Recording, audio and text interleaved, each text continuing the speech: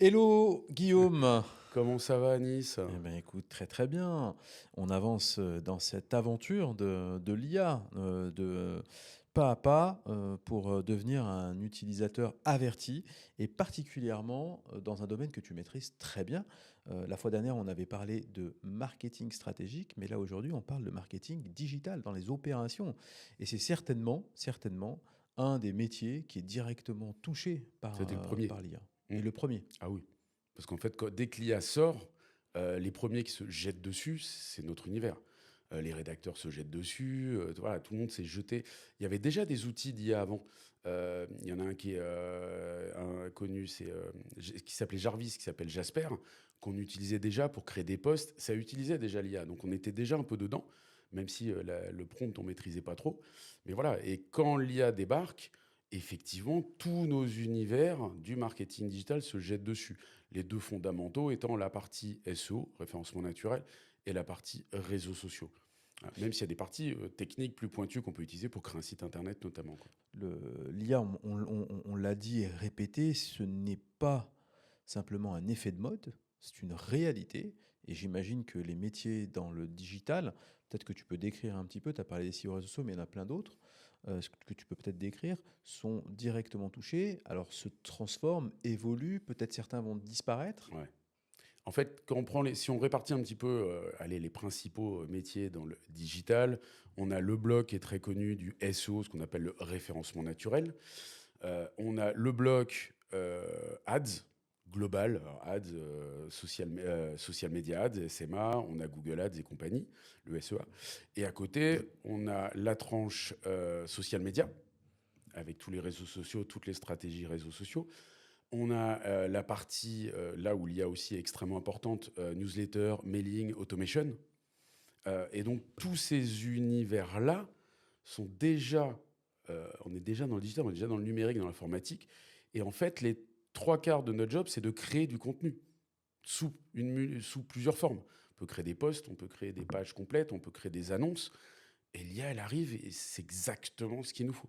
Alors effectivement, on touche directement, enfin ces métiers sont touchés directement, c'est pas pour autant qu'on voit moins aujourd'hui d'acteurs Non, dans pour ce le moment, domaine-là. non. Pour le moment, non. Au contraire, je pense que c'est Euh, devenu un outil qui permet pour certains d'accélérer. Alors il y a aussi des débats, hein. Moi j'ai pas mal de débats avec certains acteurs, il y en a qui sont complètement dans le rejet, d'autres qui, au contraire, l'ont intégré directement dans dans leur quotidien. Donc c'est à la fois une menace et une opportunité, en tout mm, cas à court terme. Donc dans tout cet océan du marketing digital, présente plusieurs atouts pour les personnes qui opèrent dans le mm. marketing digital, mais également pour des entrepreneurs, des entreprises qui, plutôt que de faire appel à des spécialistes, hein, parce qu'ils ne peuvent pas par question de budget, peut-être Mm. parfois, même de temps, parce que c'est pas que simplement un budget, hein, faire appel à un externe, il faut quand même lui donner le contexte, etc. On peut aller plus vite grâce à l'IA. Donc il y a plein d'opportunités qui s'ouvrent pour les entrepreneurs et puis pour les spécialistes de ce secteur-là, avec peut-être des disparitions ou de nouvelles opportunités qui arrivent. Alors, juste pour donner un peu peut-être des exemples concrets, toi, tu as une expertise dans le domaine du SEO. Mm. C'est peut-être un des domaines clés dans lequel l'IA est un accélérateur. Qu'est-ce que tu peux nous en dire, là? Quand vous mettez en place une stratégie SEO, le truc très important, c'est que si on maîtrise rien du tout en référencement naturel, ça va quand même être compliqué d'arriver à obtenir des très bons résultats parce qu'il faut une certaine rigueur, les fameux process. Mais les bases du SEO, c'est je dois identifier ce que cherchent mes clients sur Google, comment ils le cherchent, quels sont les mots qu'ils emploient. De là, je dois définir mes mots-clés. De là, je dois définir en fonction de mes mots-clés les thèmes que je vais avoir sur mon site. Une fois que j'ai mes thèmes, ça me donne l'arborescence de mon site, la structure de mon site. Et de là, je dois rédiger mes contenus. Si on prend ces 5 phases, sur ces 5 phases, l'IA peut nous aider. On va pouvoir lui demander, on va pouvoir travailler avec elle sur la réflexion autour des mots-clés. Alors, je vais faire une petite précision, parce qu'effectivement, étant depuis 20 ans dans le SEO, c'est la partie que j'aime pas avec l'IA.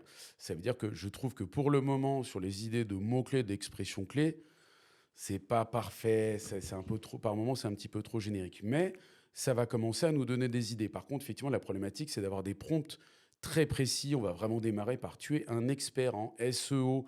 On peut lui donner son univers aussi, notamment. Parce que comme ça va un petit peu faire en sorte que la réponse soit bonne. Et de là, on va lui dire, voilà, je souhaite optimiser mon site internet.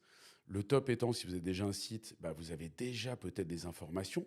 Donc, par exemple, vous allez donner votre site à l'IA. Vous faites un document où vous allez mettre, par exemple, tout votre balisage. Vous savez, ceux qui connaissent un petit peu les balises description, les balises title, vos URL, vous allez donner la structure de votre site. Si vous avez un outil qui est gratuit qui s'appelle la Google Search Console, dans lequel vous avez toutes les expressions que les gens ont cherchées, ils vous ont trouvées, elles sont arrivées sur votre site. Vous récupérez ces expressions, vous récupérez les volumes. C'est un truc, toutes les datas qui est à côté. Vous récupérez tout ça, vous allez donner ça, j'allais dire à Google, c'est l'habitude, vous allez donner ça, par exemple, à ChatGPT. Et de là, vous allez dire à ChatGPT, je veux que tu m'aides à développer, à travailler ma stratégie SEO. Et là, vous allez faire, on serait plus sur un chain prompting où vous allez aller étape par étape. Donc d'abord, on va réfléchir sur nos mots-clés. Vous allez demander qu'il vous propose des séries d'expressions, ce qu'on appelle les expressions clés, des séries d'expressions clés. Vous, attention de réfléchir, de bien les regarder. Ne prenez pas tout pour argent comptant, hein. Donc, vous réfléchissez, vous en validez certaines ou pas. Et de là, derrière, vous allez... par exemple, lui demander de rédiger des contenus, de travailler sur des nouveaux contenus, sur des expressions clés sur lesquelles vous n'êtes pas positionné. Quand tu dis contenu, tu parles de quoi précisément? Des Des nouvelles pages, ouais, des articles ouais, complètement. Il y a des trucs qui sont bien. Si on a déjà un site, par exemple, c'est le fait de prendre des articles, prendre son contenu, et on va travailler l'optimisation de ces contenus avec l'IA. Ça veut dire que je vais lui donner mon contenu, je vais lui expliquer que je souhaiterais mieux me positionner sur telle expression, telle expression, telle expression. Je vais lui donner un peu plus de contexte, parce que je peux avoir écrit mon article il y a pas mal d'années, et je vais lui demander de me repenser mon article. Par contre, très important, on le fait vraiment étape par étape. Ça veut dire, si on veut restructurer l'article, par exemple, je vais demander à l'IA, voici un article, imaginons que j'ai créé un article, j'ai pas de titre, j'ai rien du tout dessus. Je vais lui demander de me mettre des titres et des sous-titres à mon article, de me structurer qu'on ça. appelle le H1, H2. H1, H2, voilà, exactement. De là, je vais lui demander ce qu'il pense de mon article. Je vais lui demander est-ce qu'il pense qu'il manque des informations essentielles, importantes dans mon article. Alors, juste pour revenir un petit peu en Ouais. arrière, tu m'excuses, mais c'est juste Ah, pour mais faire un peu de je suis là pédagogie pour par ça. rapport à ça.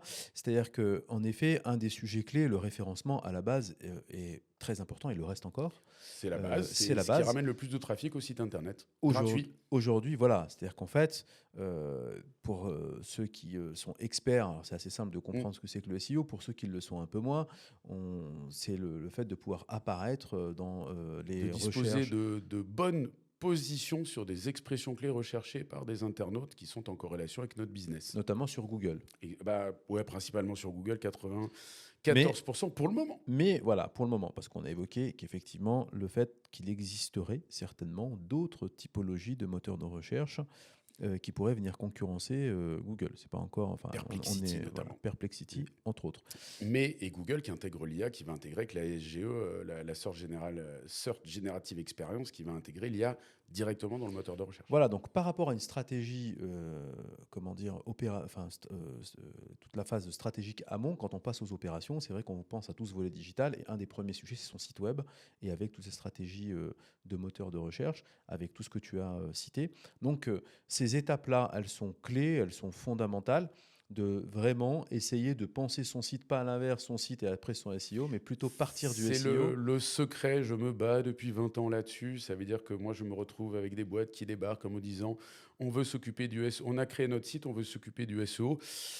Et c'est bête, il aurait fallu d'abord vous occuper du SEO avant de créer le site, parce que l'arborescence et la structure du site est fondamentale. Et souvent, le problème qu'on a en SEO, c'est qu'on se retrouve avec des sites qui n'ont pas la bonne structure et c'est pas toujours simple de tout faire changer. Donc là, l'IA peut nous aider à déterminer, sans même être un expert. Alors effectivement, il faut avoir quelques bases, mais quelqu'un qui aurait quelques bases pourrait aller déterminer la structure de son site pour respecter en tout cas les bonnes pratiques du SEO. Et puis, à l'inverse, donc ça c'est, on va dire, l'IA va t'aider dans cette démarche, mais quand tu as déjà un site internet et que tu veux l'améliorer et performer pour réapparaître de manière, dans une meilleure position sur des mots-clés, qui sont dans ton business, parce que tout le monde se bat pour ces mots-clés-là, hein, Ouais. qui sont effectivement source de trafic. Là, de la même manière, tu vas pouvoir interroger, ChatGPT. Moi, je sais que je l'ai fait, à plusieurs, reprises, et ce qui est intéressant, c'est qu'en plus, il existe des GPTs aussi. Ouais, il y a des GPTs dédiés SEO.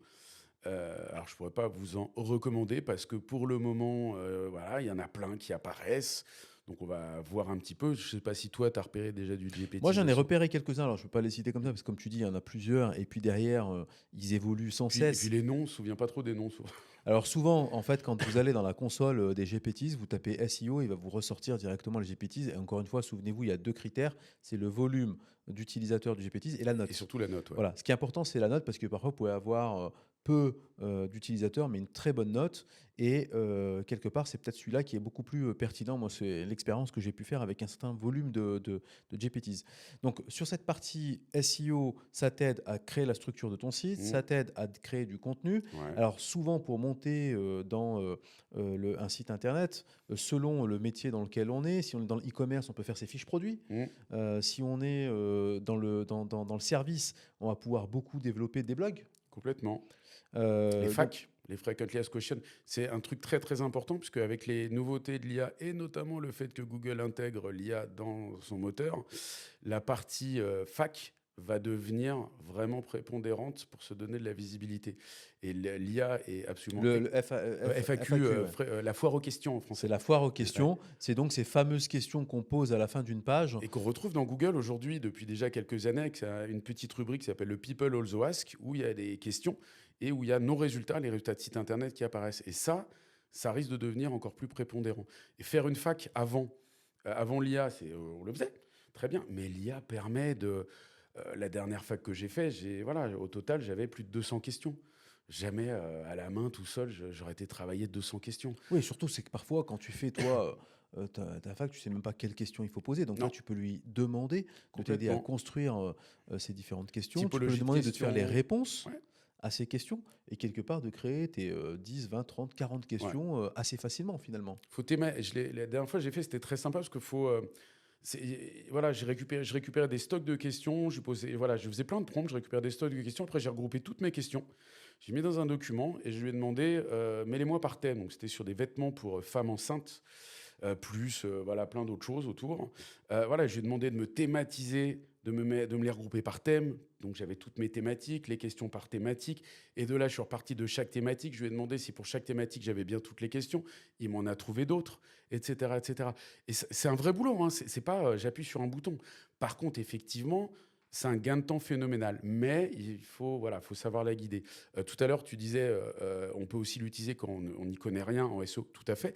Si vous n'y connaissez rien, bah, avant de démarrer, posez-lui des questions, puisque c'est un super formateur.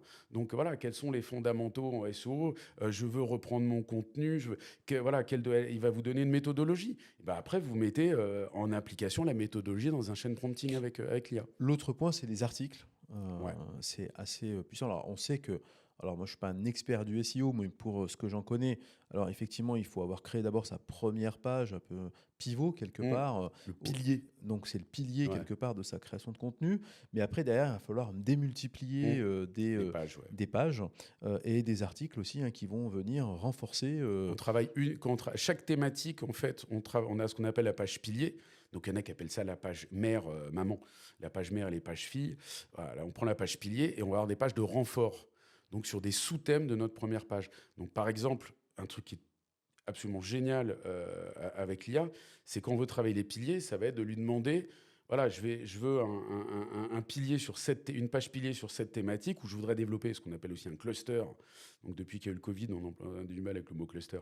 Mais voilà, un cluster thématique. Définis-moi le thème de ma page pilier, le titre de ma page pilier et les pages de renfort.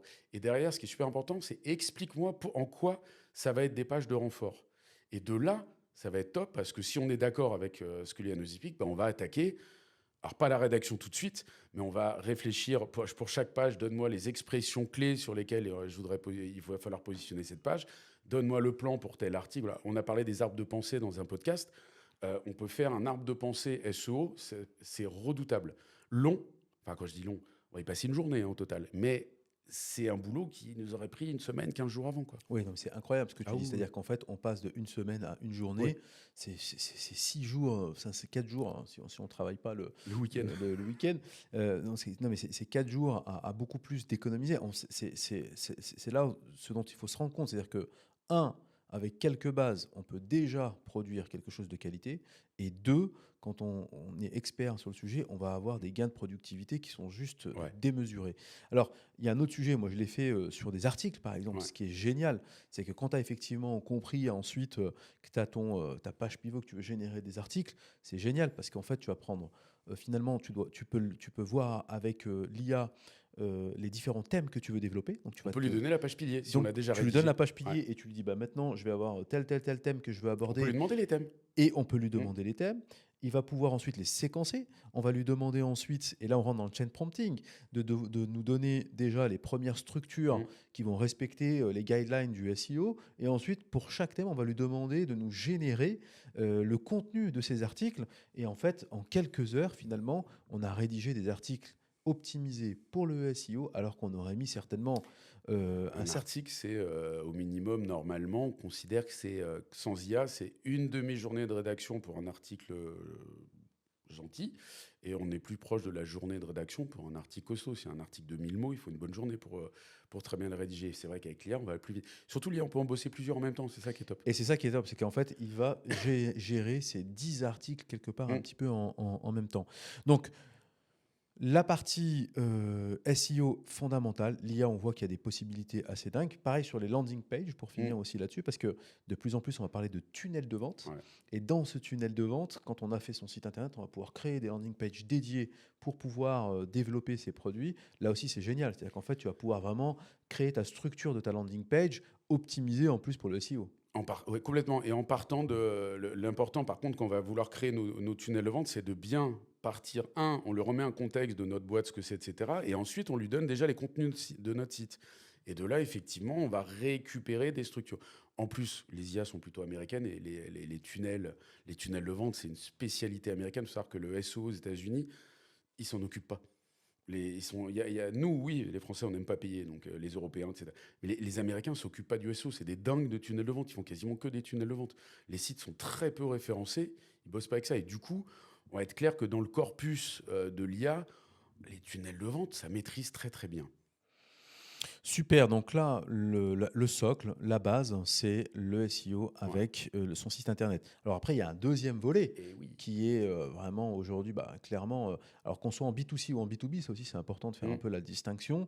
En B2C, on sait qu'on va être fortement sur ce qu'on appelle l'utilisation des ads, et de la présence sur Mm. les réseaux sociaux, hein. Tout le monde le fait en B2C comme en B2B, mais particulièrement sur le B2C, on va avoir une grosse dépense sur la partie ads. Donc là, voilà, deux sujets importants dans lesquels l'IA, pareil, va nous aider de manière assez folle finalement. Bah, déjà, il y a un point commun entre une partie des ads et les réseaux sociaux, c'est qu'on a besoin de générer on va appeler ça des micro-contenus. Donc un post, je ne sais pas si vous vous souvenez, Twitter, je ne sais même plus, c'était 180 caractères à l'époque au début. Voilà, quand on crée un post social média, c'est pas, normalement, on ne crée pas une page. Bon, LinkedIn un peu plus. Voilà, on ne crée pas une page complète. Et quand on crée des annonces ads, les annonces ads, voilà, il n'y a pas une quantité infinie, mais je vous donne un exemple. Je vais vous parler 2 minutes pardon, de Google Ads. Google a changé il y a 2-3 ans son système avec ce qu'ils appellent les annonces responsives. Et quand vous créez des annonces responsives, vous devez lui donner 15 titres. 15 titres de 30 caractères. C'est pas 31, c'est 30 max. On doit lui donner 4 descriptions de 90 caractères. Je vous promets qu'à la main, à un moment, on fatiguait. Parce que créer 15 titres à la main, c'était un peu usant. L'IA, elle est redoutable. Vous allez donner tout votre contexte. Vous allez dire, je vais besoin de créer il faut être précis, hein. Une annonce responsive design pour Google Ads. Je vais avoir besoin de 15 titres de maximum 30 caractères. Vous verrez qu'elle ne respecte pas toujours. 4 descriptions. Et elle va vous sortir tout. Et là, il y a un truc très malin à faire. Dans le module sur le prompting, je vous expliquais le ton. Quand vous créez vos annonces ads avec l'IA, jouez avec le ton. Amusez-vous. Mettez un ton sérieux, pro, etc. Déconnez. Mettez des tons tordus, barrés, parce que vous allez voir que par moment, c'est hyper inspirant aussi.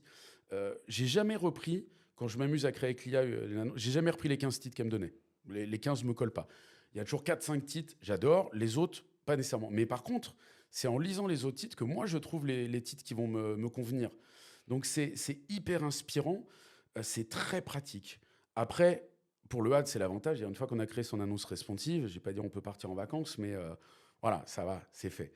Par contre, sur les réseaux sociaux, c'est là où c'est beaucoup plus utile parce que le social media est quelque chose, un univers qui est hyper complexe au sens où il faut entre guillemets, il faut communiquer tous les jours. Tous les jours. Et c'est très compliqué. Il y a un moment, les idées, on rame un petit peu pour les trouver. Donc avant, on voyait ça avec des agences pour créer ce qu'on appelle le calendrier éditorial. Voilà, essayer de créer toute une structure de stratégie social média. Et effectivement, aujourd'hui, l'IA va nous permettre d'avoir du volume, ce qu'on n'arrivait pas à faire avant. Oui, c'est-à-dire qu'en fait, et en effet, pour être présent sur les réseaux sociaux, en effet, on va dire, l'algorithme fait que plus vous êtes présent, On vous voit. plus on vous voit, Ah plus oui. vous augmentez votre visibilité, plus vous êtes visible, et donc plus vous allez générer d'opportunités. Mm. Donc là, on a d'abord la publication avec effectivement en mode gratuit hein, sur son propre compte, et puis toutes les stratégies qui sont adossées, et puis la partie payante. Donc sur la partie gratuite, tu as parlé de calendrier éditorial. C'est là où effectivement avec l'IA générative, on va pouvoir préparer ce Mm. calendrier. Alors, le calendrier, c'est la planification. Ouais. En fait, il y a plusieurs éléments derrière. Il y a la planification d'abord. Ensuite, il y a aussi les thèmes qu'on Mm. souhaite aborder, parce que Dans la parfois, on n'a planification, pas... c'est les grands. Il ne faut pas oublier les fêtes, c'est-à-dire qu'il y a ce qu'on appelle des calendriers marketing.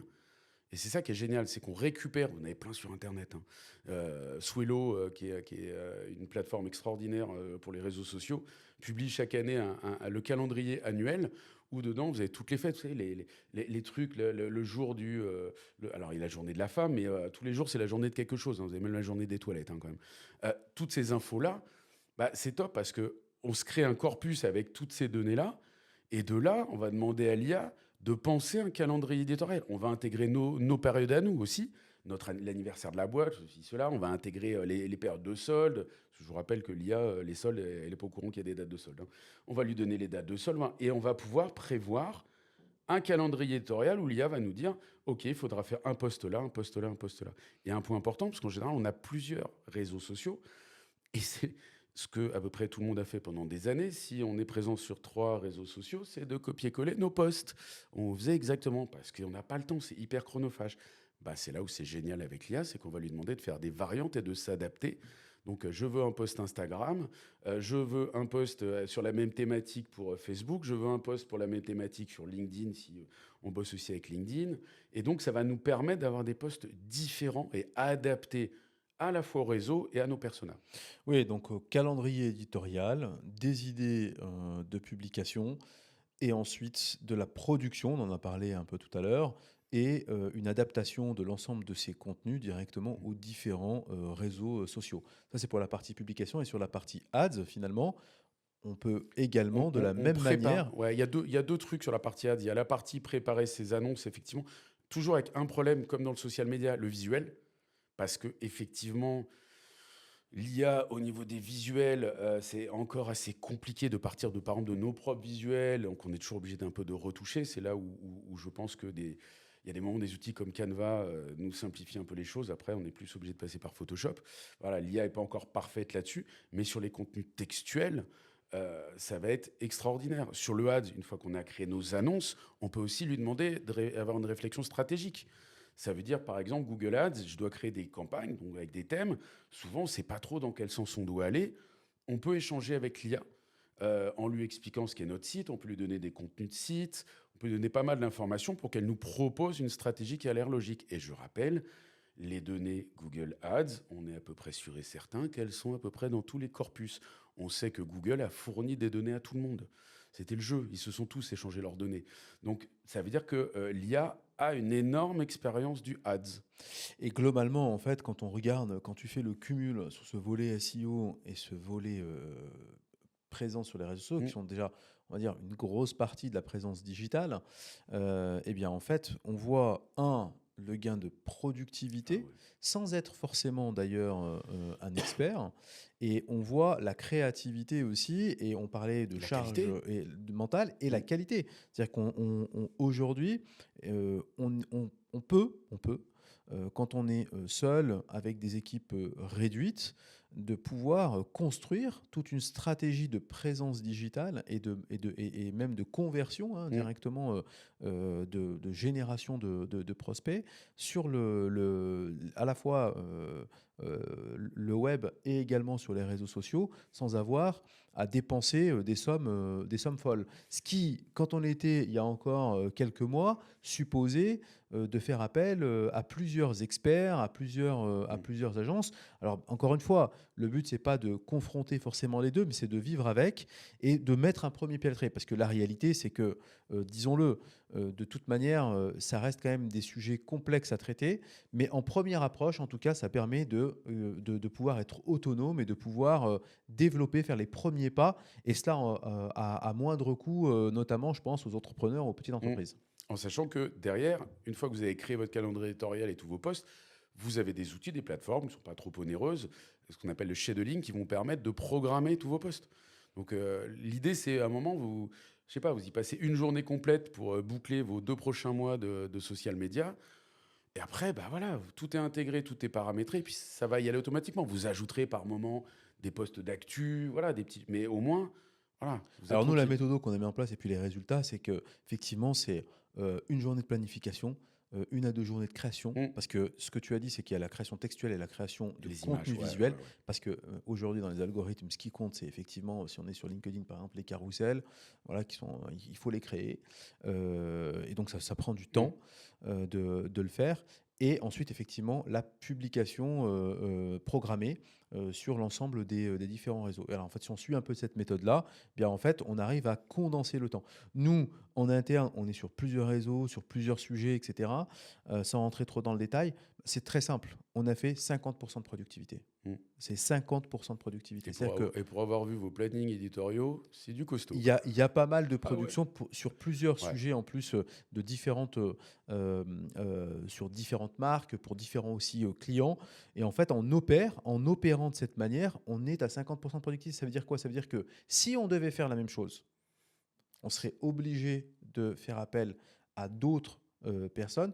Pas qu'on ne veuille pas le faire, c'est simplement que à notre échelle, eh bien, en fait, on ne voyait pas forcément la nécessité de le faire. Et même budgétairement parlant, ça rentrait pas forcément. Mais puis il y a une question de coût. C'est aujourd'hui, quand tu proposes une stratégie social média où les boîtes savent qu'on travaille aussi avec l'IA, toi, tu sais que tu peux aussi réduire la voilure budgétaire, parce que on n'est pas nécessairement dans une période extraordinaire économiquement parlant. Et moi, je le vois effectivement, il y a pas mal d'agences qui sont très cash et très claires sur le fait que maintenant, ils utilisent l'IA et que donc une presta qui avant était vendue, je sais pas, à 2000 balles par mois de community management, bah aujourd'hui, on va la vendre moins cher. Et C'est plus facile. clairement, aujourd'hui, par rapport à ça, il ne faut pas le voir comme voilà, c'est pas parce qu'on utilise l'IA qu'on dénature le contenu. Non. Nous, c'est très très important parce que on l'utilise hein, au quotidien. C'est 60% de création et tu as 40% quand même. Enfin, en entrée, déjà, il faut ta propre donnée. Et ensuite, en sortie, tu as quand même 30 à 40% de production Ouais. personnelle parce que tu as ta propre touche On n'a pas le personnelle choix, qu'il on n'a faut pas le choix. absolument Ouais. mettre. Voilà, et il y a plein de sujets techniques sur lesquels effectivement on va se faire aider. Ça débroussaille, ça simplifie, mais on va changer des postes, hein, obligatoirement. L'IA n'est pas parfaite dès le départ, hein. Donc dans le marketing opérationnel, on voit tout le bénéfice que ça peut avoir, et effectivement, raison pour laquelle c'est aussi un des métiers qui est directement touché. On a aussi plein de métiers qui sont touchés. On a évoqué dans différents débats les copywriters, ceux Mm. qui font la rédaction. On va avoir des métiers. Alors, ceux qui sont moins touchés, ce qu'on dit, ceux qui sont un petit peu dans la création Mm. visuelle, qui sont quand même des sujets Pour le importants moment. voilà, pour le moment. Peut-être que demain, bah, ils vivront effectivement la même trajectoire.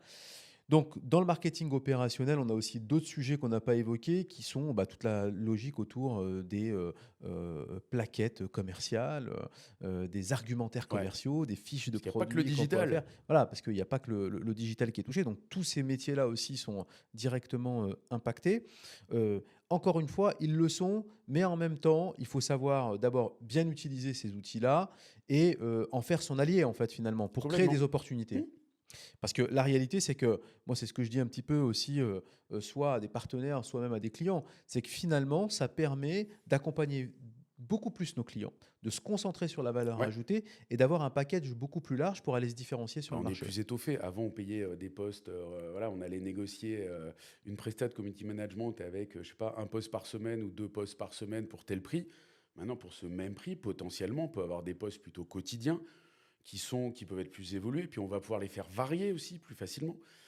Il y a un point que j'ai pas souligné, c'est quand on fait une stratégie social media avec l'IA, donc on a vu la planification, il y a un truc très important après, c'est de donner les résultats à l'IA. Ça veut dire, au bout de 2 mois, je prends toutes mes stats que j'ai eues pour mes posts qu'elle m'a proposées, je vais reprendre le même chat si je le retrouve, et je vais lui dire, maintenant, tu m'avais donné tout ça, je vais donner les résultats. Et on va travailler ensemble sur les 2 prochains mois. Et elle va tenir compte des stats que l'on a eues, de nos résultats, pour adapter les posts à notre besoin. C'est ça qui est intéressant. Eh bien, écoute, je pense qu'on a fait, on a balayé quand même un certain nombre de volets du marketing digital, très très intéressant. Et je pense que pour les prochains podcasts qu'on va avoir, il va falloir se concentrer peut-être sur des secteurs Ouais. d'activité. Merci Guillaume, à bientôt. À plus, Anis. Allez, Ciao. et à tout le monde, utilisez correctement les différents conseils, mettez-les en œuvre dans votre quotidien. Et tous ceux qui font du marketing digital, partagez aussi vos expériences. Et pour ceux qui sont au tout début, n'hésitez pas également à nous solliciter. Peut-être qu'on peut partager avec vous nos différents conseils. Et pour la petite information, on accompagne aussi nos clients sur des formations pour rentrer beaucoup plus en détail et mettre en pratique. Parce que l'IA générative, on la maîtrise parce qu'on la met en pratique. À bientôt.